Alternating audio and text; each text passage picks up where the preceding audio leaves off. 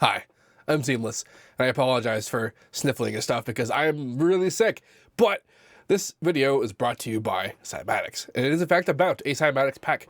And the idea about this video is that basically they wanted Cymatics, they got we want to show off, we want to push the pack when it comes out, what we want to do.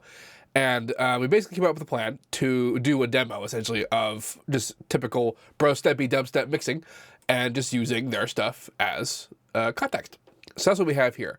This pack is primarily drums. It's a lot of drums. And if you've ever seen me use the fabled AU5 snare set that I'm constantly using on everything, these guys' sounds, this Terror Drums pack, is fully comparable to what I get out of the AU5 sounds that I've been using for a while. Anyway, here's a short demo, just a bit of an intro and a drop loop. It's exceedingly loud, so prepare yourselves when I play it in 3, 2, 1.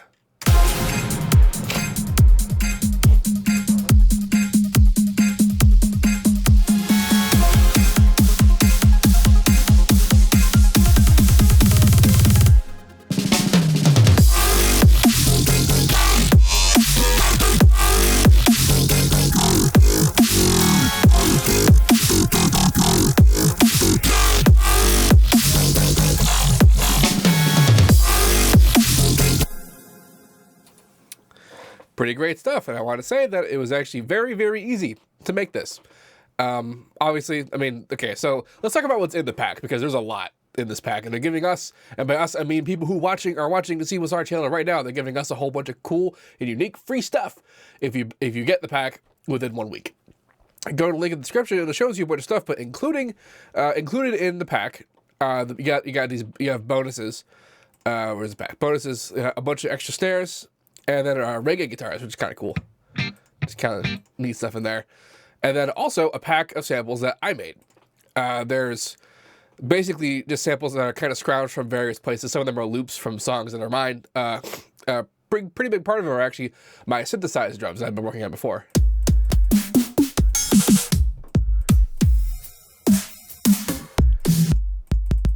And that one kick, that's an analog kick made from this. So yeah, if you get the pack within 1 week, actually, if you go to the link, it'll show you a little countdown timer. If you get it before that timer runs out, you get a whole bunch of free crap. And it's all rather good. So this song, this little drop here, was made with bass samples that are also included in the pack. Let's actually go to the pack. What? Under the synth tab, there's a bunch of bass stuff and loops and sounds. Cool stuff in there. But like, those are all nice, but like the main point of this whole pack is really just the drums. So let's actually get talking about what this video is all about, which is essentially mixing your average Brostep-y drop. So the short of it is that you want your kicks and your snares to be wildly louder than everything else. So if you actually listen to what this sounds like without the master compression.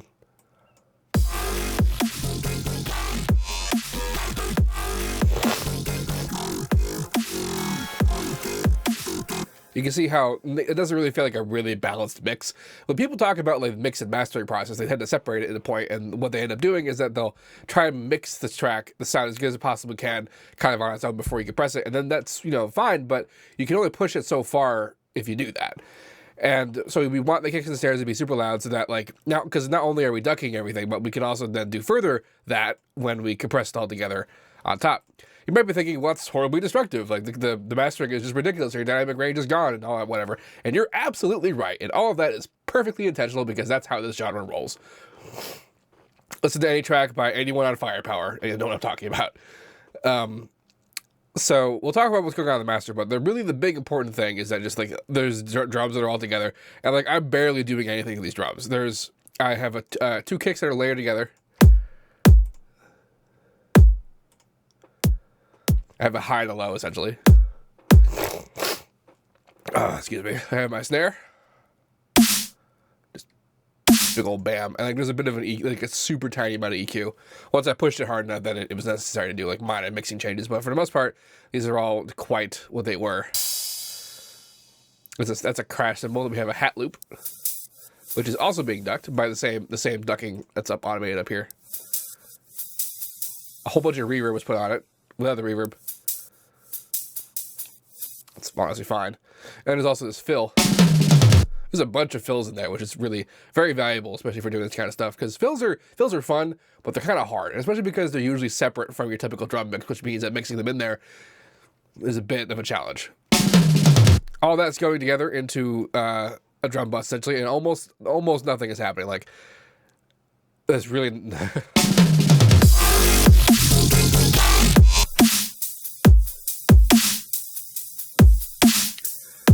And again, like, this is about the kick and the snare being loud and everything else, including the hats. Like, if you listen to a lot, like I mentioned, the Firepower songs, if you listen to them, you'll notice that as big and huge as they feel, the hats aren't really that loud.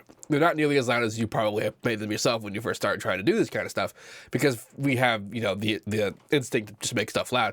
But the thing about higher frequency sounds is that in the air, higher frequency sounds require less power to transmit clearly into our brains, like from the air into our ear, than lower frequency sounds. So lower frequency sounds, like if we were having the same level, how loud we hear them would not be linear at all. So with that in mind, we can have higher frequency sounds in there, but they don't need to like levels wise be very loud, and we'll still hear them clearly because there's not a lot of competition up there. And that's another big part about the mix of this style, is that it looks like there's a lot of stuff happening, but a lot of the like ancillary things that aren't basses are very, very quiet. There's this synth loop thing being ducked. There's this ARP also being ducked. There's this white noise sound, which is being ducked along with already being ducked in the sound, so it's super ducked. Oh boy. And like these three things are way quieter than the main elements themselves.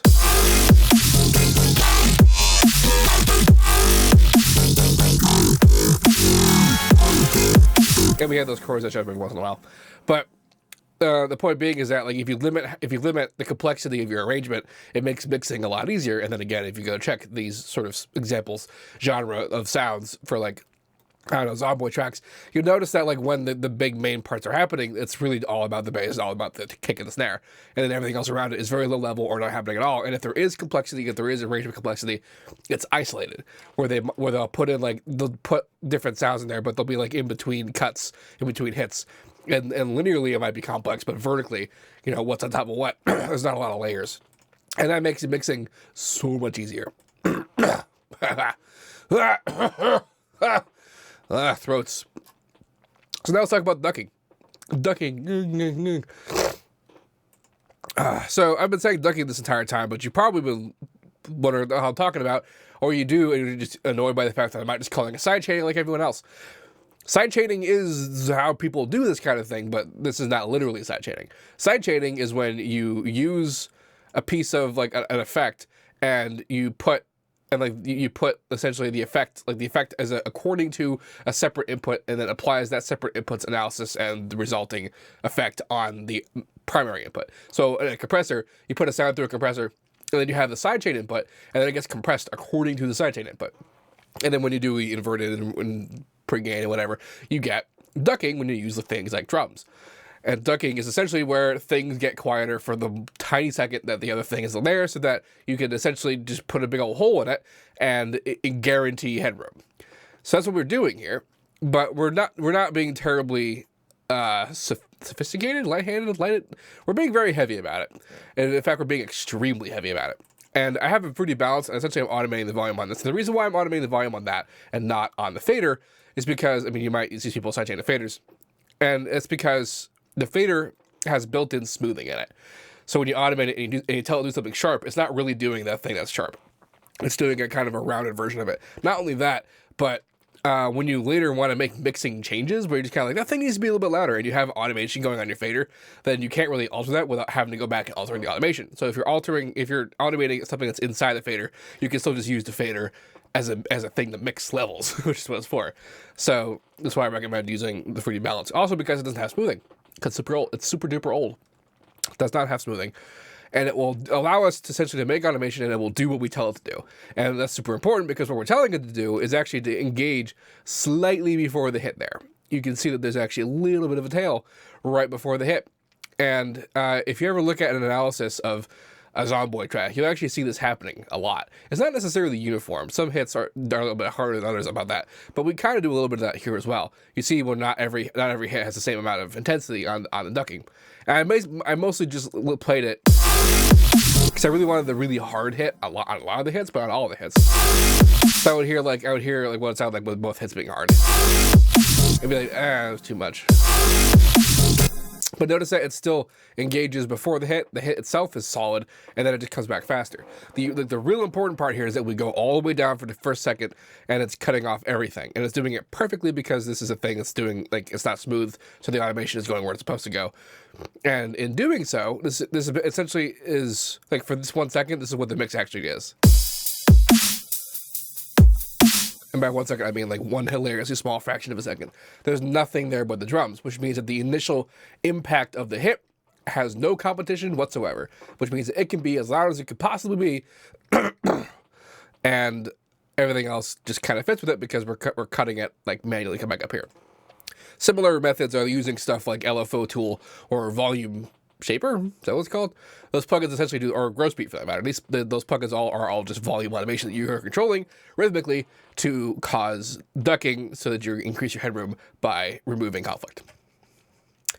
That's what is up with that. So that allows you to have the drums be super duper loud because they're not competing with anything, and it all gets blasted away, so you have a lot of room, and then that means that you can just crank it the hell up in the master, because this means that there is no conflict. It means that the compression it's already very compressed in terms of dynamic range. It's a little bit ludicrous because the kicks and the snares are way huger than everything else, but everything else is a lot more uniform. Now, I did something special on the bass, and this is because these bass samples, as cool as they are, they have the sub in them, which is nice, and I don't have a separate sub, which means that I have to like kind of keep it in there with it.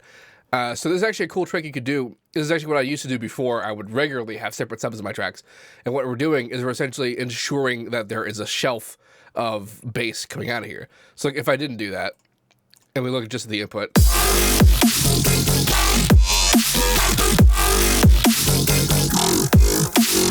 we can see for the most part that it is pretty uniform, but there's a lot of kind of just drift. And then with the compression on the bass,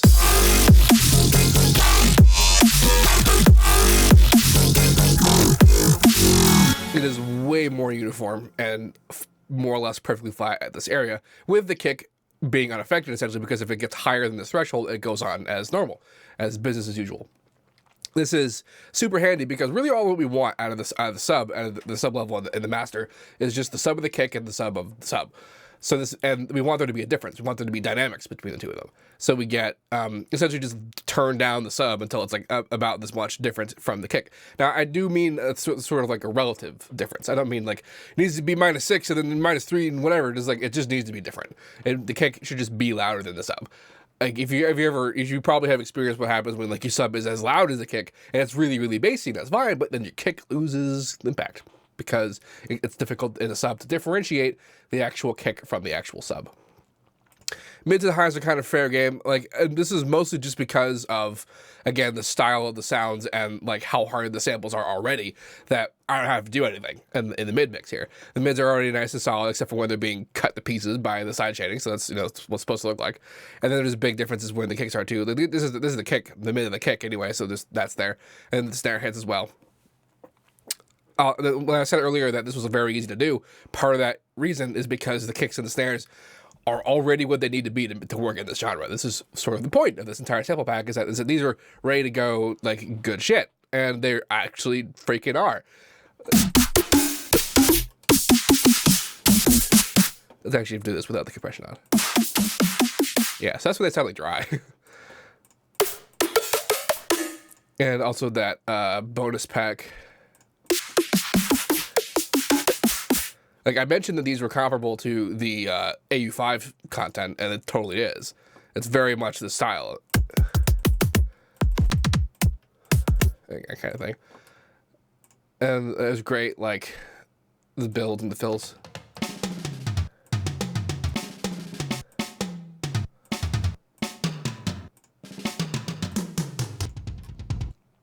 Which is just handy stuff to have. And a bunch of synth stuff. lots of impacts as well, or effects rather, impacts, risers, and that kind of thing. Cymbals, and this is really hi-hats, and there's a bunch of hi-hat loops, which is what I just used for here. Which, like, in this kind of thing, I pay so little attention to what the hats are doing. And if you listen again to the genres, they're complex hit patterns or whatever, but for the most part, they're kind of just behind everything because our mix focuses on the bass and the kicks and snares and that kind of thing. So, like, oftentimes when I use the 85 samples, I'll have like my drum mix set up, and then I just won't have compression or any kind of changes on the kicks because they just where they're supposed to be. And I had to do some changes on some stuff here, but that's all. It's honestly because of how hard I'm pushing it on the master, which meant that like what worked when it was still just in the mixing phase had to be changed a little bit when the mastering was applied. But for the most part, like what I had to do in the mix to make this work was so very minimal, and like I'm using like, you know, preset cut actual recorded bass sounds in something that I've done. So that's obviously gonna cause some form of controversy, I'm sure. But whenever anyone talks to me about drum production, and one of the reasons why I don't really ever talk about it is because my worldview on it is just find samples that sound like what you want. You can make stuff, and in the end, it usually is better that you do. Like, you certainly avoid a lot of legal concerns for certain like extracurricular stuff you might want to do with your tracks.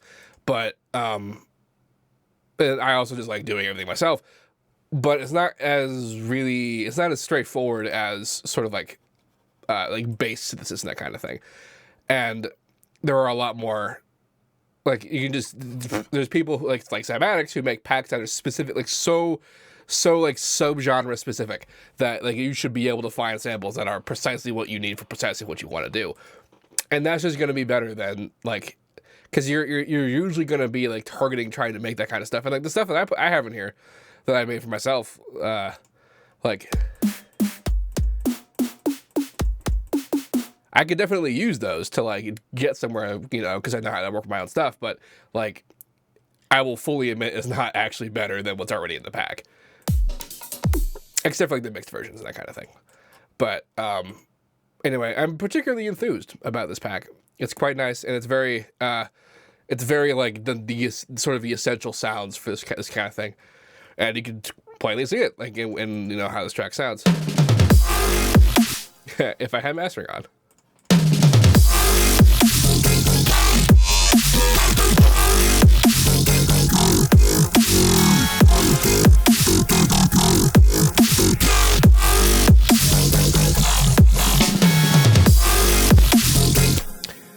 So yeah, if you click the link in the description of this video, you'll actually get some free stuff anyway.